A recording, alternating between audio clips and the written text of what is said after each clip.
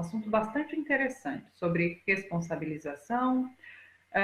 Vamos lá, olha só, por conta de várias falas despudoradas do Jair Bolsonaro, seus impulsos violentos, agressivos, o seu humor frente a essa pandemia de coronavírus que enfrentamos e que tem assolado todo o país, diante disso tudo, já foi discutida a possibilidade de interdição do presidente da República por loucura ou deficiência intelectual. Sobre isso, a gente conversa agora com a Ana Laura Prates Pacheco, que é psicanalista, escritora, pesquisadora da Unicamp e membro da Escola de Psicanálise dos Fóruns do Campo Lacaniano, e com Margarete Gonçalves Pedroso, que é procuradora do Estado de São Paulo. Oi, Ana. Oi, Margarete. Um prazer receber vocês. Olá, boa tarde. Boa tarde. Boa tarde, Thalita. Um prazer estar aqui com você de novo. Eu quero começar já tentando entender por que essa proposta de interditar Bolsonaro não é viável e ela, de certa forma, vai contra a responsabilização por esses atos que são pensados, certo? Quero saber a opinião de vocês sobre isso. Vamos começar com a Ana Laura e seguimos para a Margarete, pode ser? Claro. Bom, boa tarde a todos. Essa discussão é muito importante realmente, porque esse tema da responsabilização é um tema muito caro a todos nós psicanalistas, e essa campanha ela foi um momento muito feliz de união entre psicanalistas, juristas, advogados, jornalistas, designers, todos voluntariamente criaram essa campanha no sentido de esclarecer e informar a população de por que a gente considera que essa ideia de interdição do Bolsonaro, ela é uma ideia muito bem intencionada politicamente, no sentido de que há um consenso de grande parte da sociedade, no sentido de que ele de fato não tem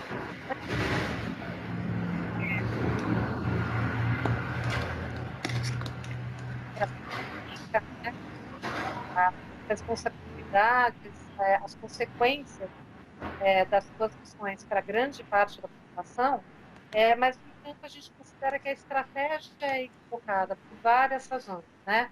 Então, num primeiro ponto de vista, a gente poderia dizer assim que a interdição, o que ela faria, na verdade, seria tornar o Jair Bolsonaro inimputável. Isso depois a Margarete pode falar um pouco mais sobre isso, mas o que significaria que ele não seria reconhecidamente, não é, irresponsável ou sem condições de responder pelos seus crimes ou suas ações, né? Bom, do ponto de vista de nós da área mais especificamente nós psicanalistas, isso seria um retrocesso enorme, né? Porque foi uma luta histórica de todos nós, no sentido de despatologizar a questão da loucura e a questão da deficiência. Quer dizer, hoje é um pensamento totalmente retrógrado esse de que a pessoa deveria ser penalizada, afastada das suas funções, ou que ela não seria capaz de responder pelos seus atos, pelo fato dela ter alguma doença mental ou ter alguma deficiência, né? Então, o primeiro aspecto que a gente acha importante é que isso vai contra toda uma luta histórica no sentido de humanização, né, do tratamento aos doentes mentais e aos deficientes mentais, que são duas coisas diferentes, né? Uma coisa é alguém que tem por alguma deficiência intelectual, alguma dificuldade com o pensamento abstrato, com a linguagem, com a fala, com o raciocínio lógico, isso são considerados deficientes. E, por outro lado, nós temos considerados doentes mentais, que são pessoas que têm transtornos, né, que muitas vezes ficam um pouco confusas, que têm comportamentos, às vezes, explosivos, persecutórios. Aí a gente tem uma série de classificações que variam um pouco, dependendo da abordagem que você adota, né, a psiquiatria tradicional, a psicanálise, enfim. Mas, seja qual for o ponto de vista, o fato é que o diagnóstico clínico ele serve para tratamento, né? Ele não serve para uso de poder e de confiscar a cidadania do sujeito. Isso é muito importante porque, se em nome da gente afastar o Bolsonaro, a gente consente com um retrocesso histórico, isso pode comprometer dezenas, centenas, milhares de pessoas, né? Que depois esse mesmo artifício, digamos, essa mesma ação, pode ser usada contra outras pessoas que absolutamente não tenham cometido crimes, né? Ou não tenham feito atitudes que comprometem terceiros, né? Então, esse é o ponto mais importante para nós da área psi. E o outro ponto, bem rapidamente, eu acho que é a questão de que isso, de alguma forma, colocaria toda vamos dizer assim, a causa do que está acontecendo, desviaria da questão política e localizaria no indivíduo Jair Bolsonaro, né? Como se a questão fosse a gente, então, interditar o Jair Bolsonaro, tirar ele da cena pública, não através de processos que são processos do direito, enfim, né, da democracia brasileira, mas que estaria tudo resolvido como se não fosse toda uma série de condições, né, do laço social que inclusive levaram o Bolsonaro a ser eleito presidente da República. Sim, Margareth, seria uma forma, inclusive, de reconhecer uma incapacidade e ele não responderia pelos atos criminosos que tem praticado. Exatamente. Eu acho que uma coisa bem importante dizer, né, como a Ana Laura colocou aqui, nós tivemos um grande avanço na legislação no que diz respeito às incapacidades, né, que hoje a gente nem pode mais falar sobre incapacidade em si. Então, quando a gente reacende esse debate sobre interdição, sobre que qualquer ato, digamos, criminoso passa a ser um ato que é de alguém que não tem capacidade mental para isso, a gente relativiza isso. 2, a gente regride no trato, inclusive, das pessoas com deficiência, que desde 2015, depois de um tratado assinado pelo Brasil, né, que é a Convenção de Nova York, e depois, com o ingresso dessa convenção na legislação brasileira, que foi sancionada pela presidenta Dilma, que é o Estatuto da Pessoa com Deficiência, passa a considerar que a doença mental ou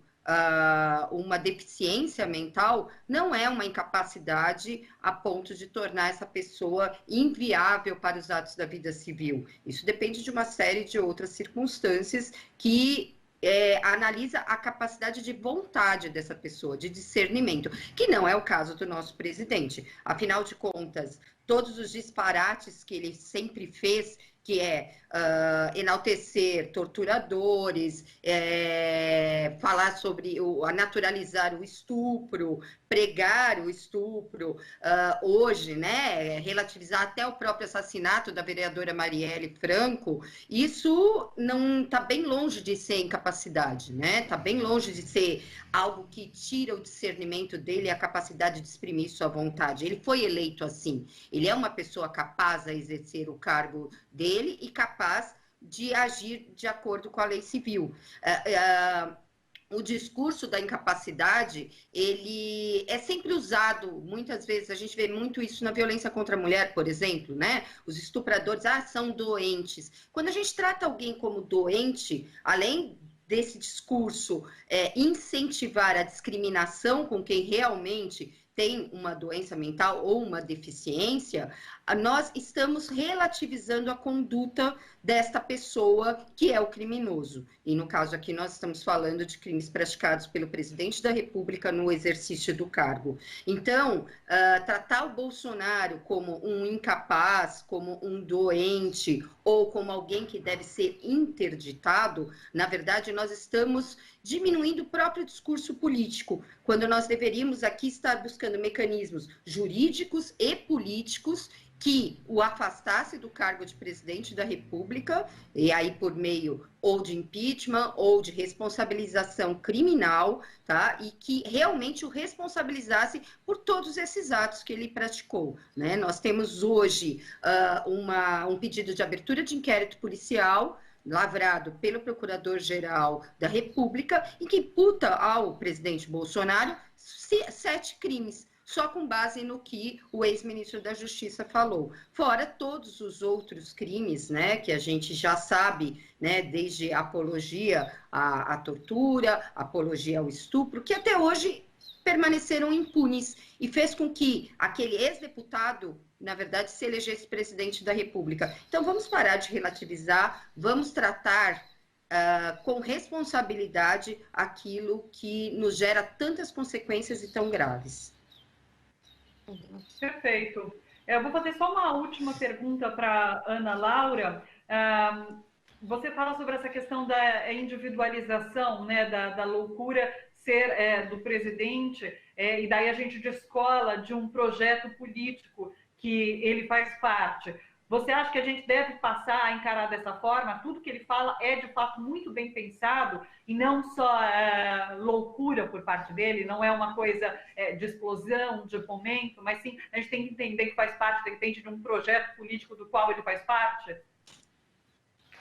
Olha, Thalita, assim, eu não teria como dizer se ele controla absolutamente tudo que ele fala, né? Eu não o conheço pessoalmente, não o escuto, não tenho qualquer contato pessoal com ele. Mas sim, o que eu posso afirmar é que há um projeto político que o elegeu. Há grupos de interesse, há grupos de poder, então, há grupos econômicos. Então, de um ponto de vista político, eu acho que seria até ingênuo a gente achar que as ações do presidente são assim intempestivas, ou que ele acorda de manhã e resolve fazer uma coisa ou falar uma coisa. Os discursos são elaborados, há grupos por trás, há toda uma equipe que prepara, né? Então, evidentemente que ele não escreve aqueles discursos sozinho, né? A gente sabe que mesmo aquela claque que está ali esperando ele sair para fazer aquelas cenas, muitas daquelas pessoas não estão ali por acaso, já foi revelado isso pela própria imprensa. Então, do ponto de vista da figura do Jair Bolsonaro, é evidente que ele representa, ele é a pessoa que nesse momento convergiu, não é? Para representar um grupo ou vários grupos com interesses mais ou menos comuns que o elegeram. Do ponto de vista da sociedade brasileira, eu acho que tem várias coisas que a gente precisaria pensar também em relação ao que faz com que a maior parte da população, num determinado momento, elege essa pessoa, que a gente pode falar qualquer coisa em relação a ele, menos que ele não deixou muito claro qual era a sua posição. Sim. Margarete mesmo colocou uma série de crimes, de responsabilidade de crimes, inclusive comuns, dos quais ele é suspeito ou que ele tenha mesmo praticado no exercício da sua função pública, né? Então, isso é algo que foi declarado durante a campanha. Ele não foi eleito apesar disso, ele foi eleito talvez por causa disso.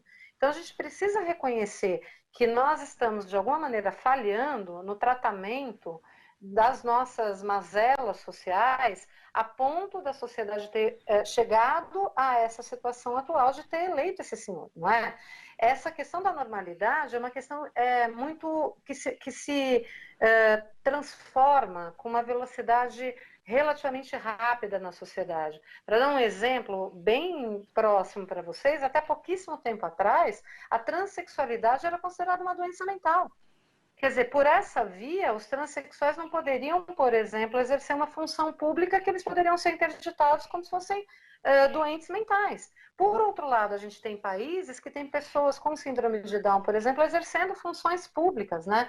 Então, vocês vejam como essa questão do que é considerado excêntrico, do que é considerado, para grande parte da população brasileira, esse comportamento do Jair Bolsonaro não é considerado anormal, né? As pessoas não ficam constrangidas. A Margarete citou talvez um dos atos mais tenebrosos que ele tenha praticado antes desse de incentivar as pessoas a saírem às ruas durante uma pandemia, né, que talvez tenha realmente extrapolado todos os limites, mas talvez o ato pior dele antes desse tenha sido dedicar o seu voto ao impeachment da presidenta Dilma a um torturador terrível, chamado Brilhante Ustra. Ele estava em exercício de uma função pública, ele era deputado, e as instituições não tomaram nenhuma providência. Então, veja, se nós fôssemos considerar que ele é louco, ou que ele tem algum distúrbio mental, então nós teríamos que considerar que toda a sociedade, né, todas as instituições que foram coniventes com isso, assim como seus eleitores,